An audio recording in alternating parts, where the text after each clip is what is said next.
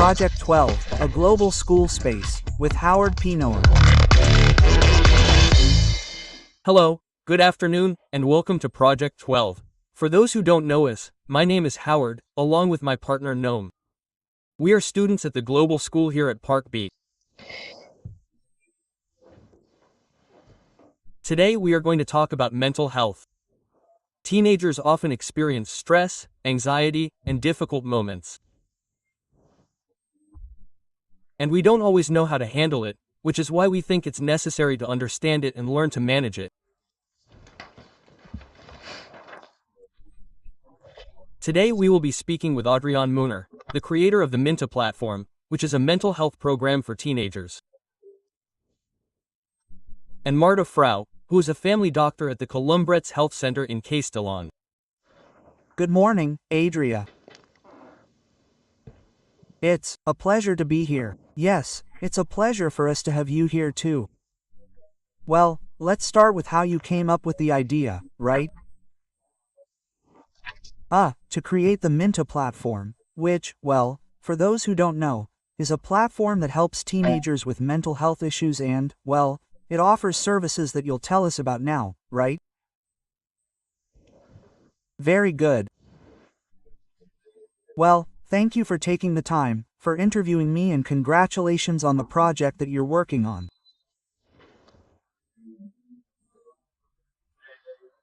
We started 3 years ago, and we started as, well, in my case, well, I saw in my, not in my close circle that there was a need to be able to, bring psychology to teenagers in a more attractive way, right? That would connect with them in new formats. And that's how Miinta began, with the aim of being able to work on prevention, promoting well-being, and being able to reach young people and their families in other formats. The idea is, well, I understand that you have a partner, right? Do you work together with someone? Did you both have it together? Did you come together later? How did that come about? Well, for example, in my case, I wanted to do something related to mental health in youth, and I was looking for someone to be in charge. I'm not a psychologist, so I needed someone with experience in psychology from the clinical world to help me develop this project using best professional practices. So, I teamed up with a clinical director, Natalia Pedrajas. It's great that we're developing the project together. I come from a more economic background, right? I've already developed other projects at a business level. So, in this case, we complement each other very well. Okay? Well, Adrià, for those who don't know Miinta yet, can you tell us a little bit about how the platform works? Sure. We are a prevention, detection, and support system for families and students, and we complement each other very well with educational centers. For example, last year we worked with 2,500 students, and this year we have 6,000 students who have access to the platform. What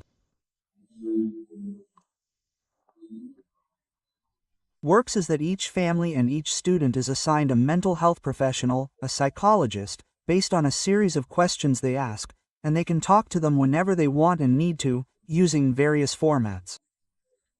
The first is through voice notes and text. A 10-minute video call is made so that the family and the student can talk and get to know the professional a little better. Then, throughout the academic year, they can talk via voice notes and text, and it will always be the same person who will be there to support them. So a bond is created.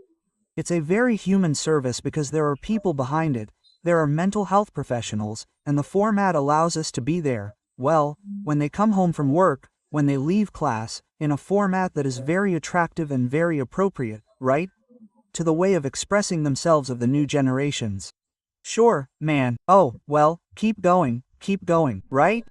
And, in addition to this, apart from this chat support, which is not only reactive, that is to say, we don't just wait for the student or the family to talk to us, but every month we send a follow-up message on some specialized content, like self-esteem, stress, on various topics that we have planned for the promotion of well-being.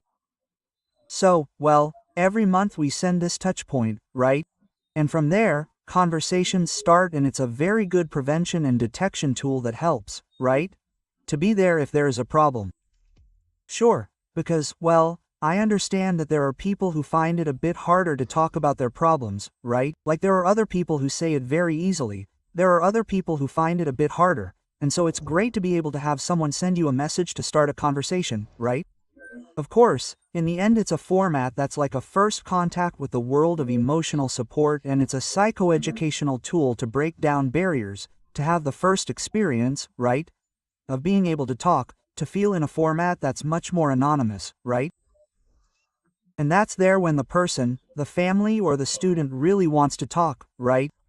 And it's also a perfect complement to face-to-face. I mean, face-to-face has many advantages, and we are like this first step, right? To be able to talk to someone in a very human way, with quality in a format that's very attractive. Of course, because in the end I suppose that nowadays with the whole issue of artificial intelligence, right? I suppose there are many people who even talk to artificial intelligence, but in the end it's not the same as talking to a person, right? Who gives you advice from person to person? Sure, this is a very good point. We increasingly see more teenagers, more young people talking to AI. At the moment we know that AI is not prepared to be able to do adequate follow-up and give answers. In fact, there have been very serious cases of, suicidal decisions, and that it has been working poorly and has ultimately caused a disaster, and we are committed to human quality, to humans, to create bonds, to be able to do more one-on-one follow-up. It's true, with a chat, right? Which is not so much in person, but it helps us to be able to do this in a more scalable way, but maintaining the humanity here, right? Which I think is very important for creating bonds, for loneliness too, because we see that many teenagers often feel lonely despite the fact that we are in a hyper-connected society. Interestingly, the rates of loneliness in adolescence are increasing, right? And, all this is also complemented by an application that exists. Exercises, activities to also work on emotional health. Not so much for talking, right? But for doing exercises, content, etc. And how great is that? When one is done, the psychologist receives a notification that it has been done, and then the psychologist can also comment or is available to see if there have been any questions or anything. Okay? And Adrià, as you know, social media is very popular these days, and do you think it has a very, very serious impact on young people? Well, I don't think so as a person, but there are more and more studies that say there is a direct relationship between excessive use of social media and mental health problems, especially in terms of self-esteem, anxiety, depression, loneliness, and lack of sleep. In other words, excessive use of social media and screens obviously has an impact on young people's health, and this needs to be stated very clearly and educated. I always say that social media and technology are like tobacco in the 21st century. Before, people smoked on airplanes, in college and in schools, and now it seems unthinkable. I think that in a few years, when, let's say, an 11-year-old child has a phone, a smartphone, and access to Instagram and TikTok, we'll be thinking in the same terms. I mean, do you think that in a few years, instead of, let's say, going even further with technology, they're going to reduce it a little or limit it? It could be. I think that at the very least, access by minors will be more regulated. Maybe not so much from the age of 14, but between the ages of 14 and 16, the limits are already starting to be set. It's hard to set limits on issues like control, right? Because in the end, there are always obstacles to getting in, but it's clear that the path is towards this regulation. Yes. So I do think that the world can go in that direction, and because the most common problems that you usually have tend to be due to technology or other types of problems. Well, technology as such, I mean, the phone is not bad in itself. I mean, you see a cell phone, right? And see, it's not bad. What is bad is overuse, and as such, right? You say, well, there are some addiction problems that we do see. For example, no, in the end it creates a lot of dopamine and it's an addiction that is noticeable, right? And that creates anxiety, irritability and all of that. We do see a lot of it. But of course, then there are things that are more general and transversal, right? Like depression, anxiety, they are multifactorial, right? We can't only associate it with technology as such, but it is an amplifier. So, it's difficult to say, no, this problem is due to technology, but increasingly they are creating more correlations between use and problems and, well, we see problems of all kinds, right? I mean, from the use of screens, which is something that teenagers themselves are concerned about, or at least they say, and how can I manage my time better? Up to other topics. Topics of relationships with friends, family, self-esteem, stress, right? Summer, for example, is a time when the body is exposed more, right? And it's a time when self-esteem problems increase. Well, here we also work a lot on these topics, of course, because in the end, let's say that mobile phones involve a bit of everything, right? Because it's not just an addiction, but there can also be cases of cyberbullying or online harassers, right? And that, well, it's something that tends to go more unnoticed, right? By parents or even friends, and that's something that people don't tend to see as much, right? Totally. In fact, in most schools, we always detect in some case harassment, cyberbullying, suicidal ideation. Of course, these are issues that worry us, that didn't exist before, and it's true that technology is a gateway, and in fact, apart from having like this support, by chat, voice notes, now they have already implemented physical centers. We have opened a physical center in a city near Barcelona.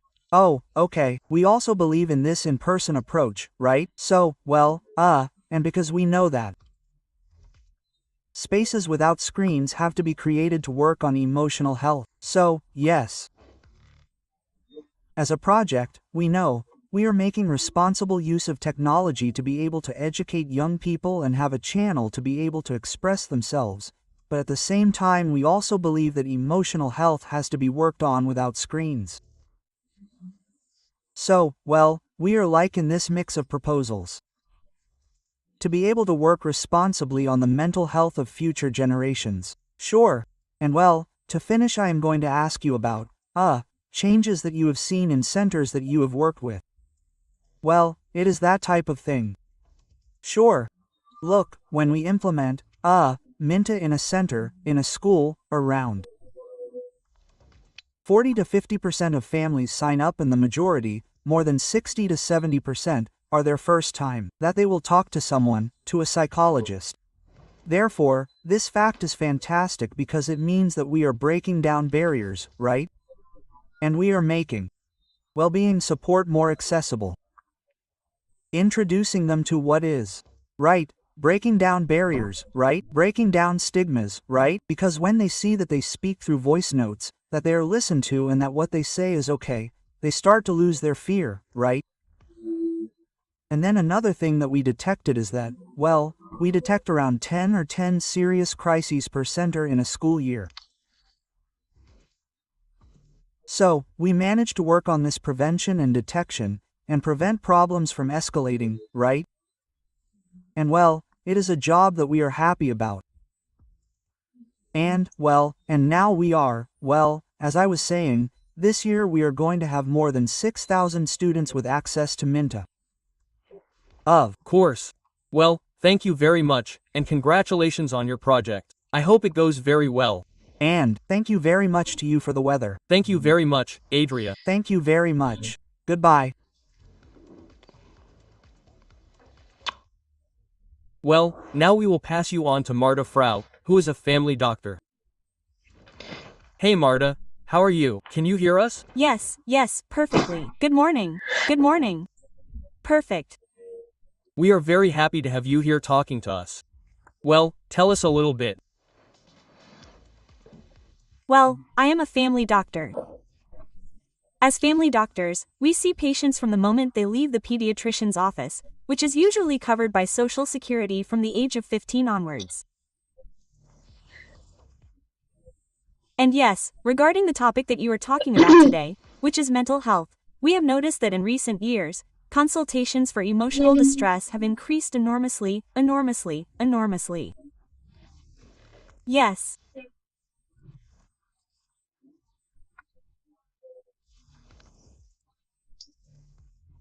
Especially in the last 4 or 5 years after the pandemic, whether or not it is related, we do not know, but since then, consultations have increased, not only for serious mental problems that meet the criteria for mental illness, but also due to emotional discomfort and sometimes physical problems that arise from the lifestyle we lead.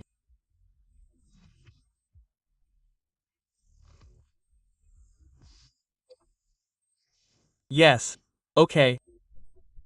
And last year you also came to our global school. And in your talk at our school last year you talked about mental health. Could you explain a little bit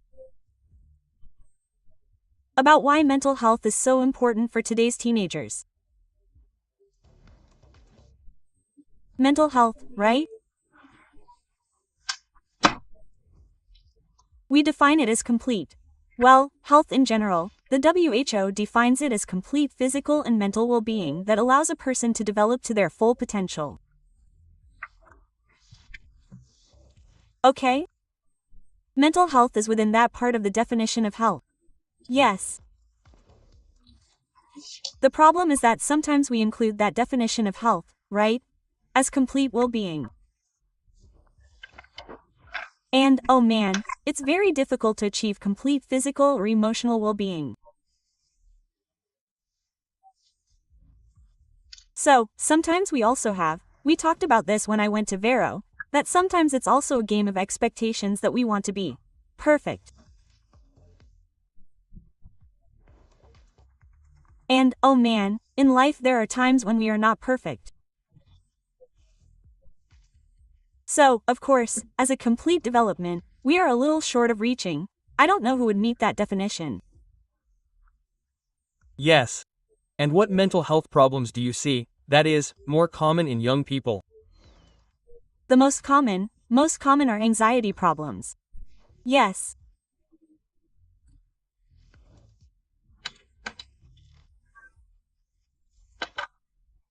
Many digestive problems that we never manage to find a physical cause, or that all the tests are done to see if there is an underlying illness that is not found, and studies are already coming out that are closely related to digestive problems with the somatization of stress problems, anxiety, and in some cases in which we reach symptoms of depression.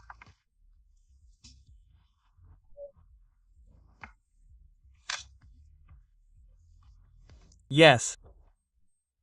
And also if a student does not feel well, for example, as you said before, anxiety or a lot of sadness, what would be the first steps they should take? The first thing is to seek help. Right? Or think about whether it really affects them. I told you and I'll say it again, it is normal that at a time of exams in life from a student's perspective, there are times when things are easier, times when things are less so.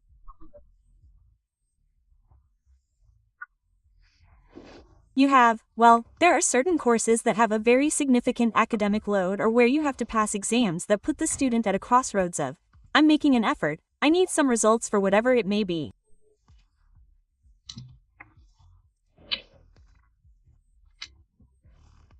And of course, in these cases there may be discomfort, and that would not lead to a mental illness, nor would it lead to saying, I'm sick.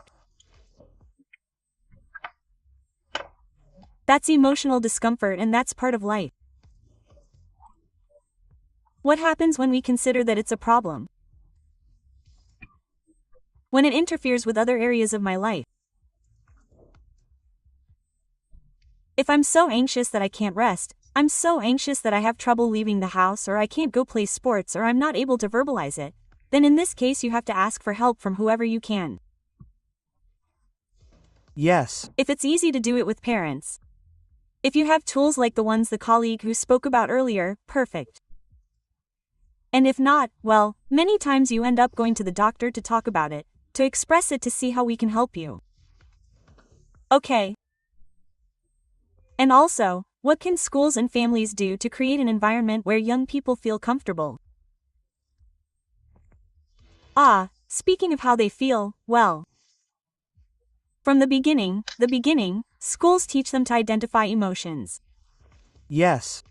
But not once they reach adolescence, because then we have a serious problem with a lack of vocabulary, because sometimes you say, "I'm sad." And he's not sad. What happens to him is that he doesn't have the word, he doesn't know the words to detect that and express it. This happens a lot.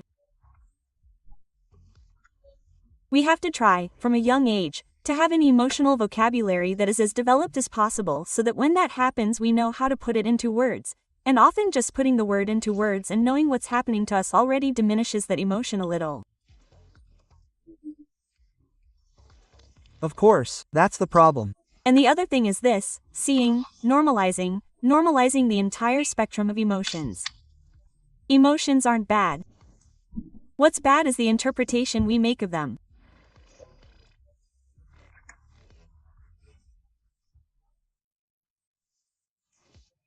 And teaching ourselves that it's okay, that sometimes we're okay, other times we're okay, and other times we're bad. And teaching ourselves above all, to detect when things are getting out of hand so we can ask for help from whoever is first at hand. But we don't have to get to this point, where it interferes with us, where we can't sleep, where we can't close our circle of friends, where we can't do activities, because then we really are facing a serious problem and the work that has to be done behind it, well, it is much, much more laborious.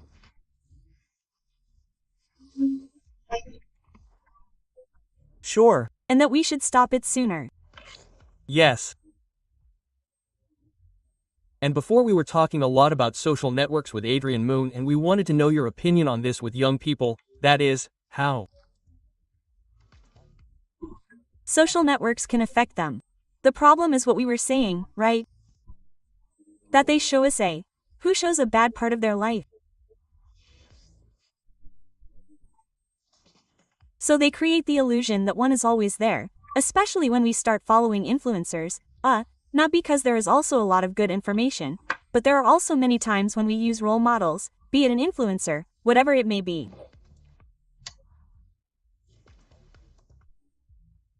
And of course, in the end, if our reflection, or we think that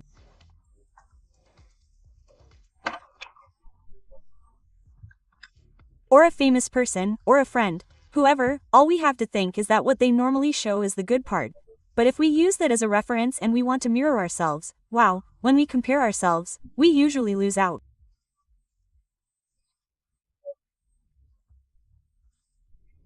Because my photos never look as wonderful, nor am I always so happy, nor I travel to the coolest places. So, of course, it creates expectations of a standard of living that aren't always realistic and that we're not always going to be able to achieve. Yes. The problem is also seeing the other side, of course. Physically, teenagers also look at it and say, wow, look how strong it is, and they compare themselves. Quote. And that's a problem. The physical aspect is a problem, and the combination of your hours is also a problem, right? With your own hours, sometimes we compare ourselves with people who have nothing to do with this in our lifestyle. You, in the end, have hours that you have to spend at school, schedules to meet, and when you look at another person and see yourself in them, maybe that person has much more time than you to dedicate to doing 6 hours of sports.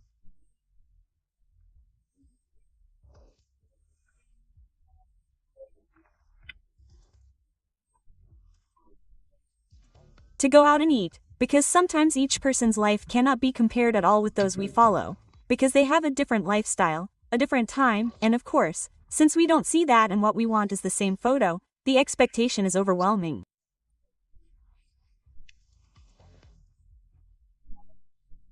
Yes, of course, that's also a problem, isn't it? For many, because of the early access they have to social networks, right? Because it's not the same as someone who is a little more mature, right? Seeing that, understands in someone, I don't know, 12 years old who still doesn't understand it that much, isn't mature enough to understand it, right? Exactly. And the same thing we can think, right? Sometimes it's simply thinking, hey, what's up? What photo are you going to post? Quote, the one that comes out is better or the one that comes out is worse. Of course. We always choose. I mean, you never take just one photo, because with our cell phones we take 17 of each pose. So, if you choose the best one, how can someone who is dedicated to that and earns money from it not choose their best photo? Of course. The thing is that you don't see the others. Of course, and of course, in the end, young people may not understand it, right? And it can cause them the stress of not meeting the expectations, the false expectations, right? That social networks create for them. X. Yes. And also, what simple daily habits can improve, that can improve mental health. Well, look, I was telling you this last year and I still have the same opinion. We each need to make our own first aid kit in terms of mental health. When we realize that we are not well, we have to get our first aid kit. The basics are good. Nutrition. Right? Good rest and good social relationships. Those are the basics. And sports. And sports and physical activity. Those are basics. Basics. What physical activity? The one that makes you feel good. Yes. One would be playing soccer, another would be going for a run, and another would be going for a walk by the sea. So, in the end, it's about finding among the basics what are the things that make me feel good. And then there are other very important ones that are not within the diet, rest, exercise and social relationships, which are finding those things that each person individually makes them feel better. Or that are easy to resort to at any given moment. For example, watching a series, another would be reading, another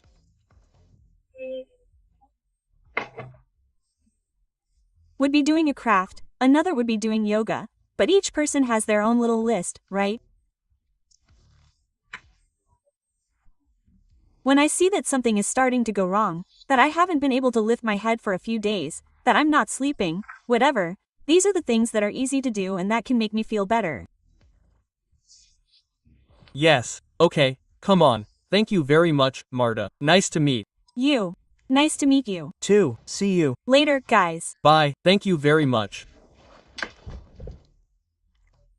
Well, now let's get to the school diaries, the global school diary, to catch up on school news. Well, this Friday the 27th, exam week begins in secondary school and runs until the 3rd of December, so we want to wish all our school friends the best of luck.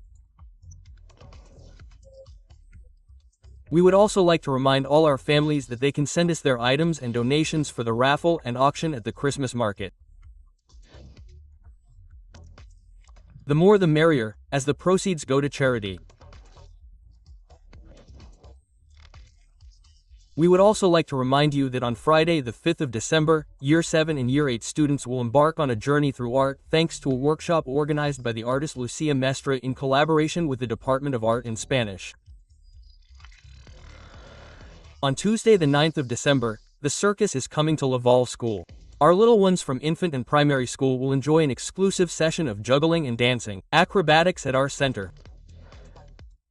And on Thursday December 11th, Jerry Elvin's students will take a guided tour of Palma's architectural modernism. On Friday December 12th, the youngest members of the school will visit the Tassoc nursing home to spend a lovely morning singing, vinsicos, and doing crafts together. On the same Friday December 12th, in the afternoon, we will hold the first Aikan Jansu of this school year.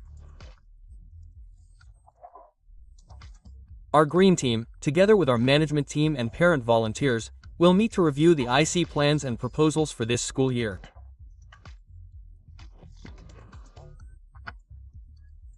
And on December 18th, we will hold our traditional Christmas market, a family celebration with performances, activities and lots of fun for the entire school community. Well, that's it. We would like to thank Marta and Adrià for joining us today and for sharing all their experiences and advice on mental health. It has been very interesting to hear how teenagers can take care of their well-being and how to ask for help when they need it. And I'm sure that our listeners have learned very useful things that they can apply in their daily lives. To everyone, those of you listening to us, hope that this episode has helped you better understand the importance of talking about how you feel and taking care of your mental health. Thank you for listening to us here at Project 12, and we'll see you on the next episode, which will be on Tuesday, December 9th, with more interesting topics and advice for young people. Yes.